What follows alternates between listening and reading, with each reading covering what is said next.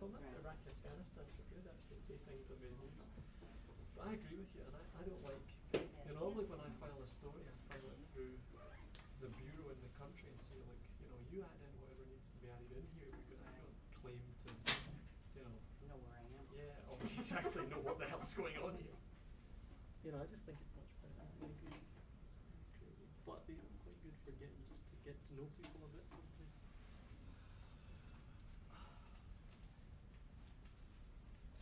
It's on to stand up here rather than sit down. Yes, yes. Looking forward to a CNN piece on that.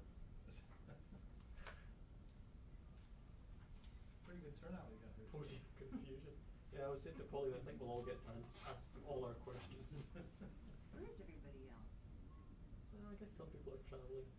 Anna Nicole Smith. Anna Nicole. Yeah, all the Pentagon people are doing Anna Nicole Smith. You know, CH-46s have to help in their, you know, funeral or something. Maybe.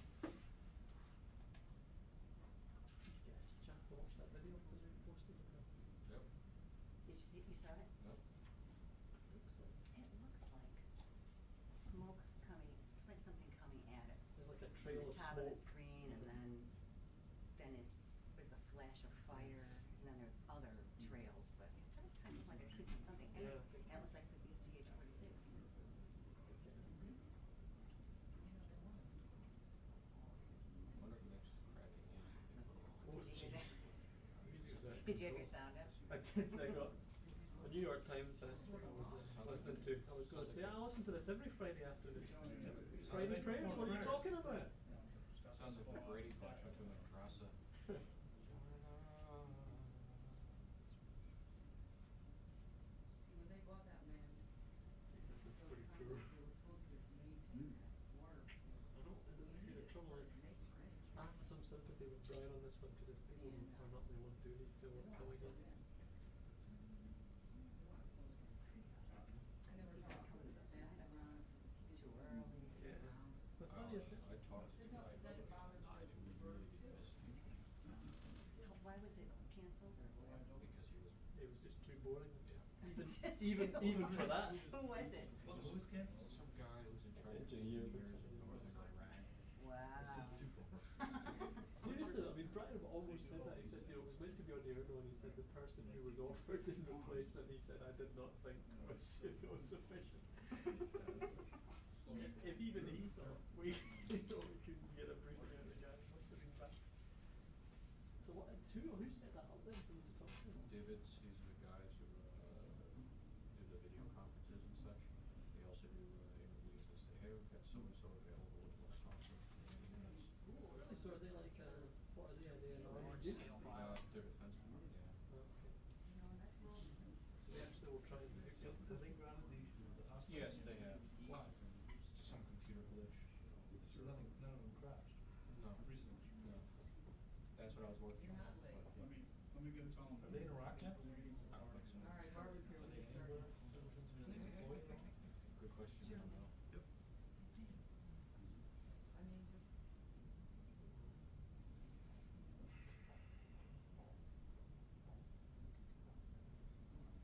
The MV-22 ground dart. Maybe we can just do Ground this. dart? Oh. Go ask her. Canceled because you didn't show. They're gonna kill this briefing. Who do we need? Oh, things coming. Things are looking up. And the networks have arrived. Oh, then no. Uh-oh. Exactly. We were worried. We were worried they were just gonna. Kids have to call on you. Kind of busy week. Oh, look, here's another ladies' chair. Eric? How many chairs can you people sit in? We also like a graduate takeover. One day we'll just come in here and every chair will be right. Yeah. Yeah. That's what I was just thinking of. Yeah. Did you see it? I don't. Oh. It does look like there's a trail of smoke, right? At the top, coming sort of over I the kind of top, see like and then two there's a trails of flash smoke. fire, and then you saw two at the top. I thought I saw one from the bottom, one from the top. There's definitely smoke There's before. definitely smoke you see the before it. fire. I want to read it out. Then they say, See, come all round. the other demos.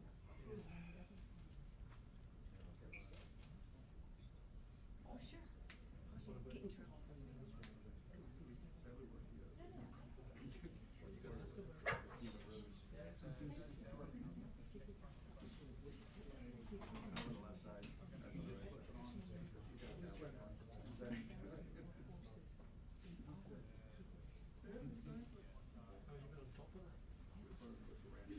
mounting that permanently.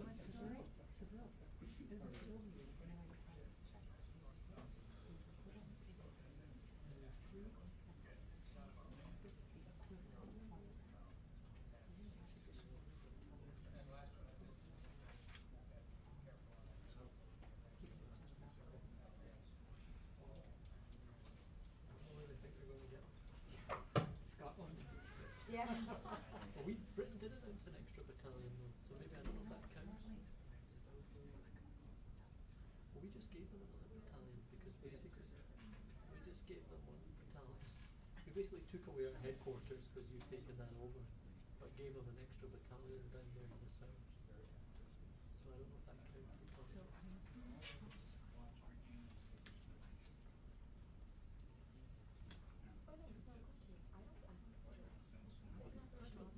you can do whatever. You can ask anything you want. But I'm not bothered. I just think Iraq's what I want to know about today as it happens. I don't particularly want to ask about, Camp 1 Steel Kosovo. Oh yes, Iran. Louis, how nice of you to join us. Why is the NPR team? Yeah, that's pretty poor. I really should sit here. They should be on the far left. I should sit here. Yeah. I don't want to sit near you anymore, frankly. I need my space. You think it'll be Sit in down? the middle. Edgar, Yes. don't cut over here, okay? Because the chair's empty and then I'll get yelled at. So don't do that as a cut. Can that chair come Move the out? chair. Move I it. don't was have gonna say, can that time. chair come out? Be moving furniture when it's. Sparse crowd. The important people. I don't think these individuals need an introduction, so why don't we get right in? Great. Good afternoon. Let me start with just a couple opening comments on the real theme of today's session, which is progress in what we call the center of gravity in Iraq, which is Baghdad city proper, and then we'll open ourselves up to questions. First of all, operations to secure Baghdad are today underway, but we're really only in the very early phases of that operation. The aim, of course, is to break the cycle of sectarian violence and thereby provide time and space to the Iraqi political structure to give them an opportunity to assume more fully complete political, economic, and military lead in their own country. The Iraqis, of course, for the operation are in the lead and we're in support. The plan, as you probably know, calls for setting up a combined Iraqi army and Iraqi police command structure under a single commander. Today, Lieutenant General Oasd is that single commander. He's in command of what they call the Baghdad Command, and he has two division commanders subordinate to him. One, if we can have the Baghdad map, please. One in command of brigades east of the Tigris, and the other in command of Iraqi brigades west of the Tigris. There are 7 Baghdad districts shown up here on the map, and there are now Iraqi brigades assigned to 7 of those 9. Eventually, all 9 will be covered by Iraqi brigades. And in those 7 districts that have Iraqi brigades, there are 7 U.S. battalions currently partnered with those Iraqi brigades. Within these districts, we're beginning to see another indicator of progress with the security plan, and that is the opening of the first JSS. Those are Joint Security Stations. Now, these are relatively small 24/7 operation centers, which will be jointly manned by Iraqi Army, Iraqi National Police, sort of the paramilitary organizations, Iraqi local police, and their U.S. support chain. 10 of these stations are now open today, and eventually there'll be about 3 times that number, and these will be the centerpieces of 24/7 presence in the districts. We're also beginning to see the stand-up and rehearsals of Iraqi and U.S. reserve units at multiple levels of command, so at the battalion and brigade level. This, of course, is very important that we have the reserve set before we enter into full-fledged clearing operations. I guess probably the best summary in short is to say that early progress has been made. We're beginning to see good, solid evidence across all the lines of commitment made by the Iraqi government, but it's very soon. It's very early in the operation, and we're just in the opening days. By way of incoming or inbound troop reinforcements, I can report that the first of 3 Iraqi brigades due to join their brothers in Baghdad is now operating in the city. The second Iraqi brigade is en route, and the third is programmed to deploy later this month. On the U.S. side, of course, we have 5 brigades headed that way. The 1st, 2nd Brigade of the 82nd Airborne is operating in Baghdad today, and the 2nd of the 5 brigades is en route to Kuwait, and then later to Baghdad.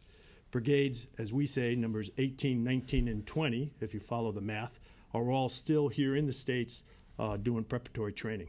So in summary, so far so good, but we're in the very early days. What will be a very deliberate campaign that will unfold only over several months. And we should not expect quick, easy, or dramatic results. And with that, Mark and I are ready to take your questions. Sir, not specifically about the Baghdad operation, but an Al-Qaeda-linked group has posted a web video in recent hours that they purport is the shooting down of a U.S. military helicopter on Wednesday. Can you bring us up to date on that C-Night, what you know about that downing, Right. and the recent spate of all of them? Sure. Let me put that event into a somewhat broader context. Over the course of the last about 3 weeks, we've had 6 episodes of attacks, casualty-producing attacks on helicopters. 4 of those were against U.S. military helicopters and 2 against contractor helicopters, for a total of 6. Of those 6, so far, investigations suggest or reveal that 2 of the 6 were directly attributable to enemy fire while our helicopters were in close contact with the enemy. So these were sort of what we call troop in contact scenarios. So the helicopters were in close contact. Another 2 of the 6 are believed to have been down by enemy fire while those helicopters were not in contact with the enemy. And the remaining 2 for other than enemy contact purposes. So one we think may have been pilot error, a wire strike, and the other is now indicated to be a mechanical failure. So there's a variety of causes for this pattern of 6. As for the videos, you know, this enemy is very astute in the use of the media. He has in the past a pattern of posting things on the websites and claiming responsibility for attacks that did or did not occur, and in some cases other attacks which occurred but were clearly not attributable to him specific, but he claimed responsibility nonetheless. So I'd be very cautious about drawing conclusions from things that are posted on the internet. So just to follow up there, General, are you saying that the helicopter which crashed on Wednesday, is that the one you're attributing to mechanical failure? The early indications on this last, so the 6th in this pattern, is mechanical failure. Can I follow up on that a little bit More, so four of 6 are attributable to enemy fire. Right. And, I mean, can you just take that a little further? Has there been an uptick in attacks, you know, on the ground against coalition helicopters? I mean, do you have any explanation for is there an increase in enemy activity directed at helicopters, I guess? It's really too soon to tell. And because of, for several reasons. First of all, we're still looking into all these episodes. And second of all, if the pattern does prove out, as I suggested, sort of 2, 2, and 2 by way of cause and effect, those very small number of incidents in total wouldn't reflect an overall change in pattern. So it's a bit too soon to tell. Can I ask a planning question? General Lute says that there's early progress, but the Secretary twice now in the planning world has said in the last week that he thinks it's prudent to plan for alternatives to the Baghdad security plan if it doesn't work out. He says it's only planning. What are you planning as an alternative to the Baghdad security plan, and what indicators are that would make you go down the route of saying that the Baghdad security plan isn't working? And I say this because the Secretary himself has brought it up. Do you want to start with that, Mark? Yeah, quite frankly, we do planning for all sorts of contingencies. It's just part of our responsibilities. For whenever we have a plan, we've got to look at alternative outcomes, alternative scenarios. We, of course, are not going to talk about what those plans involve. We don't want to telegraph our moves ahead of time to either primarily those who would not wish us well. But it would be irresponsible for us not to be planning, not to looking at all the potential outcomes of this. What's most important, though, is that most of our effort right now is being devoted to making this plan work. We're sending in additional troops, we're sending in additional civilian assets, we're sending in additional resources. Our primary effort is to make what is being called the Baghdad security plan a successful one. Is there a chance that it will not work? That is why planners continue to plan. No commander in the history of warfare has ever said, this one's going to work 100%, so don't worry about an alternative. If I could just follow up on that. The last thing a military commander wants is to be surprised. And his best insurance against being surprised is to constantly plan. So as soon as a plan is printed, signed, and issued, planners go back to work, beginning to work on what we call branches and sequels. And these are essentially what-if plans in the event of unexpected failure or unexpected success. So we plan on both sides of the equation. But just to clarify, has Secretary Gates asked the department to plan for an alternative to the Baghdad security plan? Barbara, we don't go into ongoing planning outside of the sort of framework that Mark and I just described. Can I ask a question on the Baghdad security plan itself? I think you've indicated before that you were going to look very closely at the Iraqi commitments, how timely they were, and how well staffed the units that they're bringing into Baghdad were. What's your impression so far? The brigade that's arrived, how well staffed is it? How close to its capacity? Well, you've probably seen the same open source reporting that I have, that the brigade arrived at 60% strength, the lead brigade. We've checked with the commanders on the ground, and so far they're satisfied with the strength level at which the brigades are arriving. But again, to go back to my opening statement, we're in the very early days of this. So even our brigades don't arrive all at one time, and then suddenly we can drop the flag and count heads. So it's a bit too soon to I think, use that one report as some sort of indicator. Let me broaden the question of Iraqi commitments, though, and just cite a few things. First of all, they said they were going to create a unified command. They have. They said they were going to commit more troops to Baghdad. They have. They said they were going to have a no-holds-barred rules of engagement, set of rules of engagement, meaning that no geographic or political geographic location or political entity would be immune from law and order in Baghdad. Just 2 days ago, we saw where, in a very prominent event, where an Iraqi Shia deputy minister of health was detained by Iraqi security forces because of evidence that he was linked to the Jaish al-Mahdi militia. Now, I'd offer that 3 or 4 months ago, the event that took place just yesterday would have been unthinkable. And it really demonstrates this new commitment by the Maliki government that the rules of the game have changed. So time and again, over and over, they've met their commitments. And it's not just meeting the commitments on the military side. The Prime Minister has been very clear with the Council of Representatives as to his plans. The Council of Representatives has given unanimous approval for this plan. In his discussions with his commanders, Prime Minister Maliki has said, I'm very much behind this plan. So it's not simply providing military, but not providing rhetorical support. His government is behind this plan. They understand it is their plan. They understand that we are there to help support. I would want to make one comment about the Iraqi units. The plan was built fully understanding that the difference between Iraqi battalions and American battalions is because of the nature of the pay system, so on and so forth. There was never an expectation that these units would come in at 100%. Thus far, the units that are coming in at adequate level for them to perform the Baghdad security plan. The number, what they come with, was fully anticipated by the planners, and it's still within the range that they believe is going to prove successful in the Baghdad security plan. And the real key there is that this lead Iraqi brigade that we're talking about is 4th Brigade of the 1st Iraqi Army Division. It's already assumed battle space inside Baghdad proper. So it owns one of those 9 districts today. It would not have been placed in that position of responsibility and authority had it not been at adequate strength. Can I ask how this is going to work?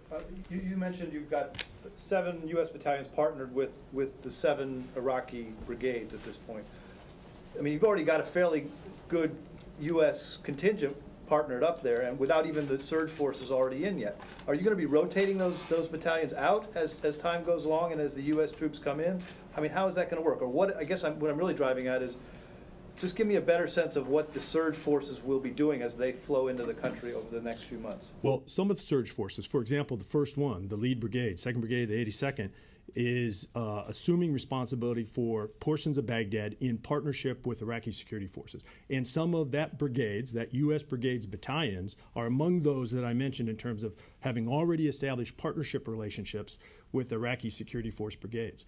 Other brigades, as they flow in, will assume partnership responsibilities above the Iraqi brigade level, so for example with Iraqi division structures, and others will be responsible for supporting roles on the periphery of Baghdad proper. So there's a variety of things that the brigades are headed to Baghdad to do. Can I briefly follow up? ask about You've been very patient, so you're on deck, please. Just go back to the helicopter issue just very briefly. Is it still the belief that those 4 were down by small arms fire and not missiles? Is that the general We belief? don't have any definitive evidence that there were missile attacks involved in the surface-to-air fire that we think brought down the 4 helicopters mentioned. All right, then just on the other Baghdad issue, can you explain how you've addressed the unity of command issue that General Keane, Senators McCain, Levin, and others have warned about? Well, this has been explained repeatedly in testimony and publicly, but just to review the bidding, there is a clean Iraqi security force chain of command, which for the first time, by the way, integrates Ministry of Interior Forces with Ministry of Defense Forces. So this is both an Iraqi Army and Iraqi police chain of command, and it's pure. There are no Americans inserted in that Iraqi chain. Counterpart to that is a pure American chain of command that runs from General Casey today, but tomorrow General Petraeus, down through the battalion commanders and so forth. The 2 chains work in parallel and coordinate their operations at multiple levels, starting all the way down at the Joint Security Station level that I mentioned earlier today, and all the way up to the point where General Casey and soon General Petraeus will be working with side by side with General Aboud, coordinating their plans. This is not the first time, this is not by any stretch of the imagination, the first time that we, the American military, have operated in this structure of parallel chains. We did it in the Balkans. We've done it repeatedly. And we're doing it in Afghanistan right now. But one thing is certain in all these command arrangements, there will be an unbroken link from the private on the ground all the way to the President of the United States. We'd never forfeit the chain of command. We will be operational control or tactical control, but no time in any of these parallel arrangements will we forfeit the responsibility of that unbroken chain of command from the President down to the soldier on the ground. The concern is that a joint unit going out there, the Iraqis will not want to go and take that building, and the Americans will say, we have to take that building. That's the concern. And that's the value, that underlines the value, first of all, of the American embedded advisors in the Iraqi structures, so that as they formulate their plans and the supporting arrangements to those plans, which will rely on Americans, that those are done shoulder to shoulder, side by side from the outset. So you're not launching on operations here which are planned separately and they only come together on the ground. They're, from the inception, they're planned in a combined or a joint way. And that mitigates this concern that you're going to get out there and have sort of 2 separate ideas of what the plan is supposed to do. Yeah. Sir. Thank you very much. You mentioned that indications are that the Marine helicopter that went down suffered mechanical malfunctions. Can you elaborate on what kind of mechanical problems might have down this? No, I really can't, except to say that there are some eyewitness accounts that cause professional aviation officers to believe that it was most likely, a mechanical malfunction given this particular type of aircraft, its flight pattern, and the immediate aftermath of the early indicators, so the response of the aircraft, that leads the people on the ground to believe, early in the investigation, that it was mechanical. What are these early indicators? Yeah, I don't want to get into that for 2 reasons. First of all, because there are families involved, and I don't want to be premature in any judgments, which are going to be very important, obviously, to the families involved. And then second of all, the investigation continues. What is the other of the 6 crashes that was not caused by enemy fire? One of the 2 contract helicopters is believed to have gone down other than by military fire. The Blackwater you're talking about, or it was a contractor, right?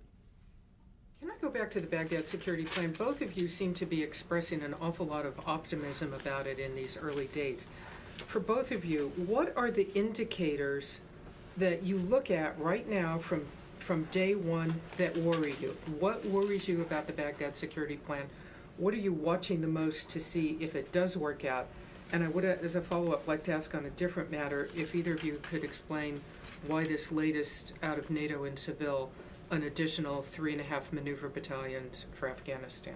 You want to start with Baghdad, Mark? Yeah, I'll start with Baghdad. First of all, I wouldn't characterize what we're saying up here as optimism as much as it is realism. The fact is there have been commitments that were being made by the Iraqis towards the Baghdad security plan. Thus far, they have met those commitments, which give us a realistic view that at this point in time, we are provisioned and resourced sufficiently with both physical resources and support from the Maliki government to move forward with the plan. If you take a look at some of the other activities that have gone on while this plan is being prepared and executed, Because at the end of the day, what this is about is reducing the violence so that we can build confidence within the Iraqi society so they can move forward to address those yet resolved issues that are causing the violence. Reconciliation, debathification, amnesty, hydrocarbons legislation, budget. Look what happened. 24 hours ago, they came to a resolution on the budget. The budget is moving forward. Hopefully the next step is going to be the work on the hydrocarbons legislation, the Kirkuk referendum. These are the issues that, since they are as yet unresolved, is leading to some of this violence. But the fact that there is a commitment made on the part of the government to reducing the violence is buying the political space, providing the political space for the parties to come together to address the root causes of some of that violence. It's really all about building time and space, providing time and space to build political momentum. General Lute, Afghanistan. Afghanistan is a much different picture than Iraq. You'll appreciate that just recently, based on a request from the commander in NATO, the U.S. extended for 120 days a brigade which had already been there for about 12 months. So we've recognized NATO's requests based on a reading of intelligence reports that suggest that, once again, the Taliban is likely to increase its attack pace in the spring months. There's been, for several years now, a pattern of increased activity. This spring in particular, we have intelligence that indicates we need to be ready. In fact, we want to be more than ready. We want to take the offensive and get in front of any intended Taliban operations. Now, aside from, beyond the 3 battalions that we extended, just recently, General Craddock, U.S. Army, but here had it as the Supreme Allied Commander in Europe, has requested other allies match the U.S. 3 battalions with another 3 battalions. And it's all for the same reason. It's a reading of the same intelligence and pointed towards getting in front of any intended Taliban operations this spring. I'm very sorry, but you said particular intelligence about this spring. Do you have something to suggest? I mean particular compared to past seasons. Exactly. So are you suggesting that you expect something different this spring than the regular spring offensive? In the last 6 to 12 months, there's been a pattern of upswings in violence in Afghanistan. So, for example, if you look at the seasonal patterns from 06 and compare them to, or from late 05 and early 06, last winter, to this winter, attacks are about double what they were, even adjusted for the winter suppression of violence. So we expect that rise in attack, that spiking of attack, to continue through the winter period into the spring. So that's particularly what I'm pointing to. You don't get 3.5 non-equivalent 3.5 non-U.S. maneuver battalions. Does the United States military then have to offer up battalions because it's a requirement now put on the table? Well, you'll appreciate that troop strength alone is not the only card that commanders on the field have to play. They can change the way they operate. They can change their concept. They can change the way some of the troops already committed are based. They can add enabling support, that is other than ground combat troops, that make the troops that are already deployed more capable, and so forth. So there's any number of adjustments that the commanders on the ground can make. Let me just try it this way. So there's no absolute do or die failure with regard to 3 additional battalions. Yeah, let me make 2 points, please. Please, what should Americans take away from this? Are more U.S. troops going to Afghanistan?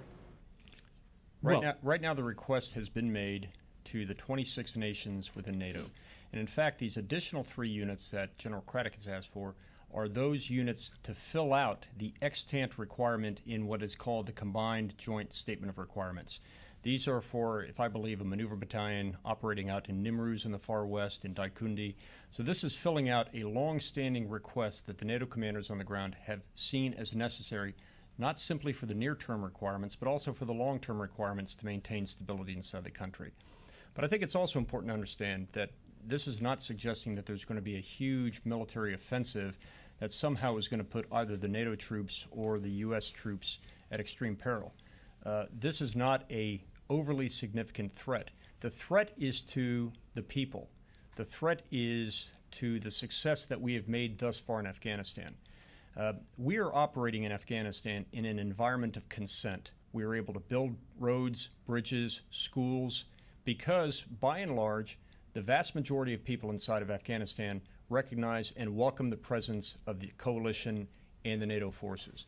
That's the target of the Taliban, to convince the people of Afghanistan that they need to side with the Taliban rather than side with the Karzai government who we are supporting.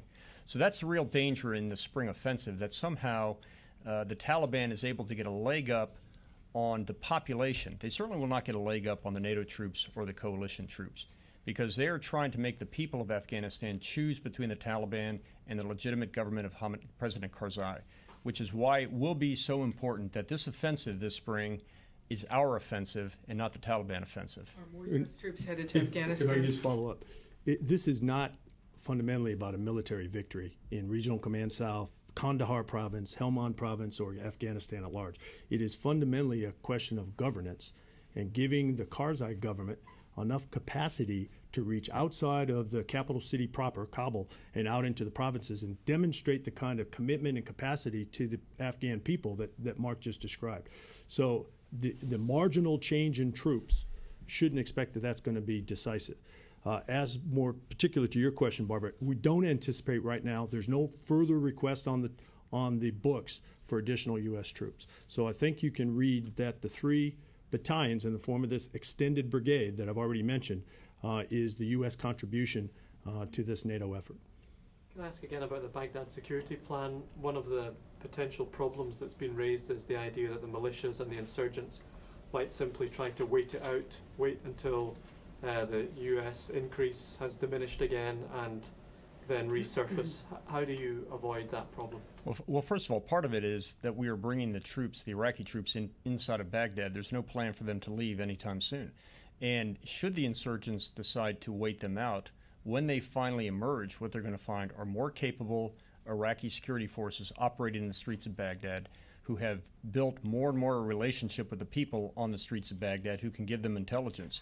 So there is as much of a danger if the insurgents try to wait out this program than if they actually, in fact, there's probably as much reason for them, rather than waiting, to preemptively start fighting simply to get a leg up and to demonstrate that this plan might not be working, when in fact it is. If they're going to ground, leads eventually to their deciding to enter into a political solution, then that's a W. That's a win for us.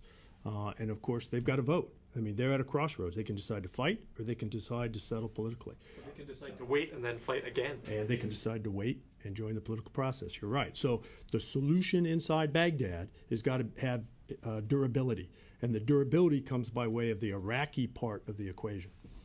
One or two more is all. Are you both satisfied now that, as Secretary Gates has essentially said, that there is the sort of will and mechanism in place to come right behind the troops and do, holding and building, in a prompt way, something that, I guess everybody agrees hasn't always been done in the past. I mean, are you satisfied that that is ready to go? Part of the major discussions that were held on the Iraqi strategy review during the November-December time period is that very consideration. It's not simply enough to bring troops in, Iraqi troops, U.S. troops, to quell the violence, unless there can be some holding and building. That will be essential to the ultimate victory in this operation. We are satisfied at this point that our colleagues at State, our colleagues at USAID and Treasury are making a firm commitment to be part of this process as well. There are going to be additional provincial reconstruction teams. We're hoping to see more additional ministry advisors, because it really has to be more than simply a kinetic solution to the problems inside of Baghdad and inside the country. It has to be kinetic, it has to be non-kinetic, it has to be clear and hold and build. And we're satisfied that our colleagues are working every day with as much energy to solving this problem as we are. In fact, I think one of the underappreciated dimensions of this new approach is the tactical integration of the military effort with the other than military effort on the U.S. side. So the extra PRTs, these interagency teams that Mark mentioned, are to conceptually be embedded with, operate alongside our brigade combat teams. This is new. This is a new concept. They've always sort of resided in parallel structures, with the PRTs reporting through the embassy to state and then our military chain here. And now what we're going to have is tactical integration of the military and the non-military arms. That's a very important innovation that certainly for me is very promising. Can I ask what force protection concerns you have about co-locating Americans at these mini bases along in Baghdad's most treacherous neighborhoods alongside Iraqi National Police, who by your own reckoning are terrorists in uniform. Many of them are just so militia, many of them are beholden Right, to well, militia. the terrorist in uniform quote is not mine, okay, but It's not yours, but they are by the Pentagon's own Right. documentation so full of militia. well, one of the concerns we have for force protection of the small embedded advisor teams, I think those are the ones that you're talking about, which are typically 10 to 12 man teams embedded 24/7 with their Iraqi host units. So an Iraqi Army battalion or police battalion would have a 10-man team. General Casey, about 2 months ago, recognized that it was time to invest more in this effort, and he is in the process now of increasing those 10-man teams, the strength of those 10-man teams, to about 30 to 35 Americans. And one of the fundamental reasons he made this call to up the ante with these advisor teams is so that they can provide more thoroughly their own force protection. So 35 people as advisors afford themselves enough internal U.S.-based force protection. And that was one of the reasons that he designed that concept. But it's also important to look back at the history thus far. We have been working embedded training teams in Afghanistan, transition teams inside of Iraq with our troops working with these units for a couple of years now. And I think the record right now would demonstrate that by and large, the force protection question has not been an issue up to this point, and this should make sure that it's even less of an issue in the future. Let's make Jeff's the last one here. Daryl, the Defense Department has not budgeted for the increase in U.S. troops beyond this fiscal year. Can you secure Baghdad without that funding? Well, first of all, I don't know that that's entirely correct, that we have... As I was sitting down with the staffers from the House Appropriations Committee and Senate Appropriations Committee today, we had that very discussion about our future funding requirements, and there is clearly a portion of the FY08 budget that includes the global war on terrorism, the cost of this war. So I'm very comfortable that what we have in both the FY07 main, the bridge supplemental, and this supplemental, and what we are looking at next year for the defense budget in FY08, that we've covered those costs. So I think we clearly have understood that this war is going to continue on, that these costs are going to be required, and that the United States Congress and the taxpayers of America are going to provide us the resources we need, not only to be successful in Baghdad's security plan, but in the continued program in the war thus far. So if I understand you correctly, DoD is planning on funding the increase beyond this fiscal year. Is that correct? I am comfortable that the increase in the budget, which we have submitted this week to Congress, which talks a roughly $594 billion program for 07 and roughly a $623 billion program for FY08. At this point in time, our best judgment, it is going to cover the costs that we anticipate over the next year. Thanks a lot. Thank you very much.